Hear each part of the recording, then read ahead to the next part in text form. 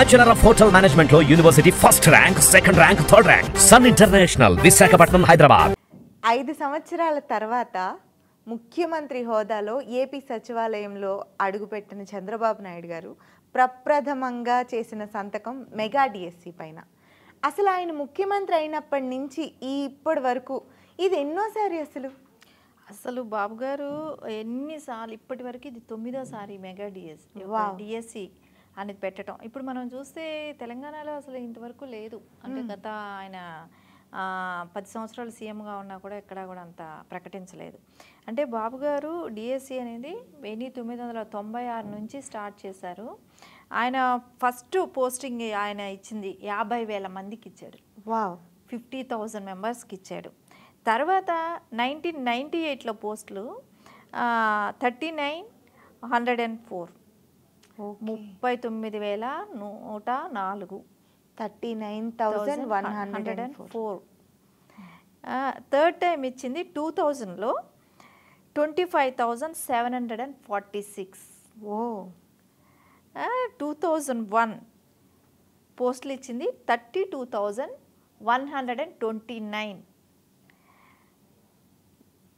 ఇంకా fifth time ఇచ్చారు 2002లో. Every 2 ఇయర్స్కి ఇస్తూనే వస్తున్నారు, ఎక్కడా కూడా ఆగలేదు. 2002లో 35,805. ఇక 2003 ఇక్కడ వెంటనే ఇచ్చాడు, 1 ఇయర్లోనే కూడా ఇచ్చేశారు చూడండి. 16,258. ఇంకా రాష్ట్ర విభజన అయిన తర్వాత మళ్ళీ 2014లో బాబు గారు మళ్ళీ సీఎం అయ్యారు. సీఎం అయిన తర్వాత అంటే అంత కష్టమైన పొజిషన్లో కూడా ఎక్కడ పరిస్థితుల్లో ఉన్నా అంతే కదా. అప్పటికి రాష్ట్రం 5 ఏళ్లలో ఇంకా అక్కడ డెవలప్మెంట్ లేదు, ఏమీ లేదు. అలాంటి టైంలో కూడా ఇక్కడ తెలంగాణలో కూడా ఇవ్వలేదు. అలాంటిది 9,061 2014లో. 2019లో 7,729. అలాంటి పరిస్థితిలో కూడా అక్కడ 2 టైమ్స్ ఇవ్వటం జరిగింది. అంటే లాస్ట్ ఇది. కానీ జగన్మోహన్ రెడ్డి ఒక్కసారి కూడా ఇవ్వాల. సో ఒక్కసారి ఇచ్చాడు అని అనుకోవటానికి కూడా ఆయనకి ఎప్పుడు కూడా అవగాహన లేదు, అవకాశం లేదు, ఇవ్వాలని కూడా చేయలేదు. అవకాశం ఉన్నా చేయలేదు. ఈ 9th టైం ఇప్పుడు మొన్న ఇచ్చింది, నిన్న సంతకం పెట్టింది 16,347. అబ్బా. సో ఇంకా మనం ఇది చూస్తా అంటే బాబు గారు ఇప్పటి వరకు మొత్తం ఇచ్చింది 2,32,179. ఆయన ఇప్పటి వరకు ఆయన ఇచ్చిన ఉద్యోగ అది టీచర్స్ భర్తీ చేయటమే కానివ్వండి, అంటే ఇన్ని పోస్టులు క్రియేట్ చేశారు, ఇంతమందికి ఉద్యోగ అవకాశాలు కల్పించటమే కానివ్వండి అనేది చూస్తే ఇంకా మనం అంటే ఎప్పుడు కూడా బాబు గారు ఇచ్చిన నోటిఫికేషన్ వాళ్ళ డిఎస్సిని ఒకటే పనిచేస్తుంది. ఎవరు ఏ గవర్నమెంట్ కూడా ఇచ్చి వాళ్ళకి రిక్రూట్మెంట్ చేసినట్టు కనపడడం లేదు ఇక్కడ మనకు. అంటే ఇక్కడ మనం తెలంగాణలో చూసినా కూడా 10 ఏళ్ళు కూడా చేయలేదు కదా. సో ఇవన్నీ చూస్తుంటే బాబు గారు ఆలోచన, ముందు విజను, మాట తప్పకుండా ఏదైతే ఫస్ట్ నేను సంతకం పెడతానో మెగా డిఎస్సి మీద అన్నారు కాబట్టి ఖచ్చితంగా దాని మీదే సంతకం పెట్టారు. సో ఆయన మాట ఏదైతే ఉందో 20 లక్షల ఉద్యోగాలు నేను ఫిల్ చేస్తాను అని అన్నారు. అంటే 20 లక్షల ఉద్యోగాలు అంటే కంపెనీస్ ఎన్ని తీసుకురావాలి, ఆయన అంటే అంతా ప్రిపేర్ అయిపోయింది. మైండ్స్తో ఆయన మొత్తం ప్రిపేర్ చేసేసుకున్నారు. ఇదిగో దీనికి ఇంత ఉద్యోగాలు, వీళ్ళకింత అనేది ఆయన ఒక బడ్జెట్ లాంటిదే. మనం ఏదైతే బడ్జెట్ వేసుకుంటామో వాళ్ళ ఉద్యోగాల కోసం కూడా ఆయన ఒక బడ్జెట్ లాంటిదే. ఈ కంపెనీ చేస్తే ఇన్ని ఉద్యోగాలు క్రియేట్ చేస్తాం, ఇది తీసుకొస్తే ఇన్ని, ఐటీలో ఇన్ని మనం క్రియేట్ చేయగలుగుతాం. ఇవన్నీ కూడా ఆయన పక్కా ప్లానింగ్లో ఉన్నారు. ఆయన ఇచ్చిన కీలకమైన హామీలకి ఆయన ఎప్పుడైతే ఎన్నికల ప్రచారంలో మాట ఇచ్చారో ఆ మాటని నిలబెట్టుకునే విధంగా ప్రప్రథమంగా 5 సంతకాలు నిన్న చేసేసారు. 5 సంతకాలు చేశారు. దాని తర్వాత దాని మూలాన ప్రజలందరూ కూడా ఆనందంగా ఉన్నారు. అంటే ఇప్పుడు జగన్మోహన్ రెడ్డి మనం చూస్తే ఖచ్చితంగా ఆయన ఏది చెప్పినా కూడా అది ఫిల్ఫిల్గా అయితే చేయలేదు. ఆ నవరత్నాలు అన్నాడు, అవి ఎక్కడ ఫిల్ఫిల్ చేయలేదు. ఇక్కడ ఏంటంటే బాబు గారు ఏదైతే చెప్పారో ఇవన్నీ కూడా నిన్నటి సంతకంతోనే కొన్ని కంప్లీట్ అయినట్టే. అవును. మెగా డిఎస్సి కానీ, వృద్ధుల పెన్షనే కానివ్వండి, అన్నా క్యాంటీన్ ఓపెన్ చేస్తానన్నారు అది కానివ్వండి, ఇవన్నీ మనకు ఇది ఈ ల్యాండ్ టైటిలింగ్ యాక్ట్ రద్దు. అది అసలు ఎంత భయభ్రాంతులను చేసింది ప్రజల్ని. నేను రద్దు చేస్తానన్నారు అదే మాట మీద. రెండవ సంతకంగా దాని మీద చేశారు. మూడవదిగా మీరు అన్నట్లు పెన్షన్ల పెంపుపై, నాలుగవది అన్నా క్యాంటీన్ పునరుద్ధరణ, ఐదవది స్కిల్ డెవలప్మెంట్. సో ఇవన్నీ కూడా చూస్తే ఖచ్చితంగా వీళ్ళు దానిలో చెప్పినవి కొన్ని కంప్లీట్ కూడా అయిపోయినాయి. సో ఇంకా కూడా కంప్లీట్ చేస్తారు కూడా. ఎందుకంటే ఇప్పుడున్న రాష్ట్రం ఈ పరిస్థితిలో ఉంటే జగన్మోహన్ రెడ్డి అదే భయపడ్డాడు, ఇవన్నీ జరగవు, చేయలేరు అని అన్నాడు. నీకైతే అప్పులు తీసుకొచ్చి చేయాలి. నిన్న కూడా అదే చెప్తున్నాడు, 2,70,000 కోట్లు నేను తీసుకొని వచ్చి పంచాను అని అంటున్నాడు. ఏం పంచాడు? ఎవరికి పంచావు? నువ్వు తెచ్చిన అప్పు ఎంత? 11 లక్షల కోట్లు నువ్వు అప్పు తెచ్చావు. అది వరకు నింది గతంలో 2 లక్షల కోట్ల అప్పులు ఉంటే దాన్ని నువ్వు మళ్ళా అప్పు తీసుకొస్తే 11 లక్షల కోట్లు అప్పు తీసుకొస్తే ఈరోజు 13 లక్షల కోట్లు రాష్ట్రం అప్పుల్లో ఉంది. అంటే నువ్వు పంచింది ఎంత? 2,70,000 కోట్లు. నీ నోటితో నువ్వే చెప్తున్నావు ఆ మాట, కానీ మిగిలిన డబ్బు ఏమైంది? ఈ లెక్కలన్నీ ఇప్పుడు బయటకు వస్తాయి అంటారు. ఖచ్చితంగా రావాలి కదా, ఇప్పుడే కదా తెలుస్తున్నాయి అన్నీ. ఒక్కొక్కళ్ళ దొంగలు బయటపడుతున్నారు, ఒక్కొక్క దొంగ బయట వస్తాడు, ఒక్కొక్క మినిస్టర్ తిన్నదంతా కక్కించాల్సిన అవసరం ఉంది. ఎంత అప్పు తెచ్చారు, ఎంత ప్రజలకి ఖర్చు పెట్టారు, ఎంత మిగిలిన డబ్బు ఏమైంది, అసలు ఇన్ని సంవత్సరాలు వచ్చిన రాష్ట్ర బడ్జెట్ ఏమైంది, రాష్ట్రంలో వచ్చిన ట్యాక్సులు కట్టిన ప్రజలు కట్టిన ట్యాక్సుల డబ్బులు ఏం చేశారు? సో ఇవన్నీ కూడా తెలియాల్సిన అవసరం కూడా ఉంది కదా.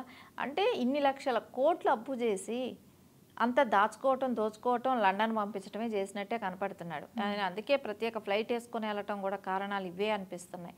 అంటే ఈ రకంగా చూస్తే ఆయన ఎన్ని లక్షల కోట్లు దోచేశాడు అనేది, ప్రజాధనం అనేది మనకి ఇక్కడ తెలుస్తూనే ఉంది, ఓపెన్గా తెలుస్తుంది. ఇది ఎవరికైనా కూడా ఓపెన్గా ఇంత తప్పు అయింది, ఇంత ఖర్చు పెట్టాను అంటున్నాడు. ఆయన నోటితో ఆయనే చెప్తున్నాడు. అదంతా ఆయన సొమ్ము కాదు కాబట్టి ఆ ప్రశ్నించే హక్కు ప్రతి ఒక్కరికి ఉంది.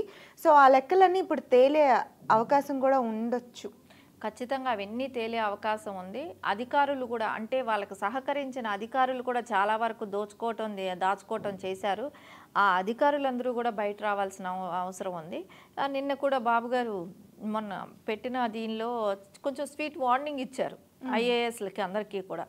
అంటే వాళ్ళు గతంలో నడుచుకున్న విధానం కానివ్వండి, ఐఏఎస్ల కంటే ఒక గౌరవం ఉండేది ఇదివరకు రోజుల్లో. ఐఏఎస్ల కంటే ఒక గౌరవం ఐఏఎస్లకి ఐపీఎస్లకి, కానీ అది లేకుండా పోయింది కదా. ఈ 5 ఏళ్ల ప్రభుత్వం చూసినాక ప్రజలకు ఎవరికి కూడా ఐఏఎస్ల మీద ఐపీఎస్ల మీద గౌరవం అనేది పోయింది. ఎందుకంటే ఆడారు. సో వాళ్ళు అతను ఏం చెప్తే దాన్ని తూచా తప్పకుండా పాటించి వాళ్ళ విలువను వాళ్ళు తగ్గించుకున్నారు. సో అవన్నీ కూడా కొంచెం నిన్న ఒక స్వీట్ వార్నింగ్ లాంటిదే నడిచింది వాళ్ళ డిస్కషన్ కూడా అక్కడ. సో రేపొద్దున దాన్ని వాళ్ళు దృష్టిలో పెట్టుకొని ఎప్పుడూ కూడా ఇట్లాంటి తప్పులు జరగకుండా ముందుకెళ్ళాలనే ఆలోచనే దీనిలో. అంటే గతంలో చేసిన వాళ్ళు కొంచెం పక్కకు తప్పుకుంటే ఫ్రెష్గా వచ్చేవాళ్ళు అలాంటి తప్పులు చేయకుండా నడుచుకుంటే సో రేపు రాష్ట్ర అభివృద్ధిలో వాళ్ళు కూడా వాళ్ళ వంతు సహాయం చేసిన వాళ్ళు అవుతారు. కాబట్టి ఖచ్చితంగా వాళ్ళు అలాంటి పనులు చేయరని ఇక మీద బాబు గారు డైరెక్షన్లో నడిచేటప్పుడు అట్లాంటి అవినీతి పనులు అయితే చేయరు ఇంకా మీదట. ఆ కాన్ఫిడెంట్ అందరికీ ప్రజలకు అందరికీ కూడా ఉంటుంది. ఎందుకంటే గతంలో చూశారు కదా, ఆయన అధికారంలో ఉంటే అధికారులందరూ క్రమశిక్షణగా ఉండే విధానం ప్రజలందరూ చూశారు. కాబట్టి ఇక ముందు కూడా ఆ హోప్ ఉంది వీళ్ళకి. అంతే కదా. ఇప్పుడు యథా రాజా తదా ప్రజ అంటారు. కరెక్ట్. రాజు ఎలా ఉంటే ప్రజలు కూడా అలాగే ఉంటారు. సో రాజు ఉన్నట్టే అధికారులు కూడా అంటే అందరూ అట్లాగే ఉంటారు కదా, ఆయన్ని ఫాలో అవుతారు. కాబట్టి ఖచ్చితంగా ఇక్కడ బాబు గారు ఆయనకున్న నిబద్ధతని, ఆయన ఏదైతే చేయాలనుకుంటున్నారో ఆ పనిలో ఫుల్ఫిల్గా వీళ్ళందరూ కూడా పనిచేస్తారు ఇప్పుడు. సో రాష్ట్ర అభివృద్ధికి ఆయనకి తోడ్పడాల్సిన అవసరం కూడా ఉంది. కాబట్టి వాళ్ళ పేరు కూడా చిరస్థాయిగా నిలిచిపోతుంది. ఒక కలెక్టర్గా నీతి నిజాయితీగా పనిచేశాడు అని అన్నప్పుడు వాళ్ళని కూడా ప్రజలు గుర్తించుకుంటారు కదా. మీరన్నట్లుగానే చంద్రబాబు నాయుడు గారు ఐఏఎస్లతో మాట్లాడినట్లుగానే ఆయన మంత్రులతో కూడా భేటీ అయ్యి మీకు సహకరించడం కోసం ఎంబీఏ అర్హత ఉన్నటువంటి వాళ్ళని నియమిస్తాము అని చెప్పారు. అలాగే గతంలో జగన్ ప్రభుత్వంలో ఎవరైతే పిఏలుగా సిబ్బందిగా పనిచేశారో వాళ్ళని దరి చేరనివ్వద్దు అని చెప్పారు. అలాగే మీరు ఏ ఫైల్ మీద సంతకం పెట్టినా క్షుణ్ణంగా పరిశీలించి చేయాలి అని ఆయన కొన్ని సూచనలు చేసి వాళ్ళకి ప్రజల్లో మంచి పేరు తెచ్చుకోవాలని చెప్పడం కూడా జరిగింది. అంతే కదా. రేపు పొద్దున ఇప్పుడు మనం వైసీపీ వాళ్ళని మనం ఎలా అయితే మాట్లాడుతున్నామో మంత్రులందరూ కూడా ఆస్తులు దాచుకోవటం కరప్షన్ అవ్వటం ఇవన్నీ మనం మాట్లాడుతున్నాం. రేపు అంటే వాళ్ళ పిఏలు కూడా దానిలో ఇన్వాల్వ్ అయిపోయి ఉంటారు. సో వాళ్ళు చేసిన దీనిలో అన్నిట్లో కూడా వీళ్ళు ఇన్వాల్వ్మెంట్ ఉంటుంది ఖచ్చితంగా. సో వాళ్ళని కానీ ఇక్కడ తీసుకుంటే మళ్ళీ అదే జరుగుతుందేమో ఇది. ఎందుకంటే వాళ్ళు అలాంటి పనులు చేయడానికి ఖచ్చితంగా వాళ్ళు అలాగే ప్రోత్సహిస్తారు కూడా. అలవాటు పడి ఉన్న వాళ్ళు, కమిషన్స్కి అలవాటు పడిన వాళ్ళు కాబట్టి వాళ్ళు మళ్ళీ అలాంటి పనులే చేస్తారని ముందే బాబు గారు జాగ్రత్త చెప్పటం అనమాట. రేపు లేకపోతే మీరు ఇందాక ఐఏఎస్లకి స్వీట్ వార్నింగ్ లాగా మంత్రులకి ఇది కూడా స్వీట్ సూచన. ఎందుకంటే చాలా మంది కొత్త వాళ్ళు కూడా ఉన్నారు కాబట్టి మంత్రులు అవగాహన లేకుండా ఉంటుంది కాబట్టి సో కొంచెం మనం వాళ్ళని అవేర్నెస్ కోసం చెప్పటం. అంటే ఐఏఎస్లు అంటే వాళ్ళకి తెలిసిన విషయమే, వాళ్ళు తెలిసి తప్పు చేస్తున్నారు అక్కడ. సో వీళ్ళకి కొత్తగా ఫస్ట్ టైం మినిస్టర్లు ఉంటారు కాబట్టి వీళ్ళకి కొంచెం తెలియకపోయవచ్చు. సో ఎలా సిస్టమ్ గురించి కొంచెం అవగాహన తెలియకపోయినా కూడా అందుకోసం మీరు ఒక్కసారి సంతకం పెట్టేటప్పుడు 1కి 10 సార్లు చెక్ చేసుకోండి అని చెప్పడంలో ఆయన ఎంతసేపు ఏంటంటే మీరు చేసే పని ఎక్కడ మిస్టేక్ కనపడకూడదు. సో మీరు చేసిన దాని వల్ల రేపు మనం పార్టీ బ్లేమ్ అవుతుంది. సో ఆ అవకాశం వాళ్ళు తీసుకురాకూడదు అనేది ఆయన సూచించడం జరిగింది అక్కడ. సో అంటే అది వాళ్ళ ఫ్యూచర్కి మంచిది, పార్టీ భవిష్యత్తుకి కూడా మంచిది కదా. అది పార్టీకి పేరు రాకూడదనా, లేకపోతే ఇంత నెంబర్ ఇచ్చి నిలబెట్టిన ప్రజలకు మాట రాకూడదనా? ఖచ్చితంగా ప్రజలు కూడా ఎంత నమ్మకంతో వేశారు ఓటు. సో ప్రజలు నమ్మకాన్ని ఒమ్ము చేయకూడదు ఇక్కడ. సో పార్టీకి కానివ్వండి, ప్రజలకే కానివ్వండి, ప్రజలు మన మీద భరోసా ఉంచి ఓటు వేశారు కాబట్టి అది ఎప్పుడు మనం మచ్చలాగా మిగిలిపోకూడదు అనేది బాబు గారు సూచించడం జరిగింది. Thank you.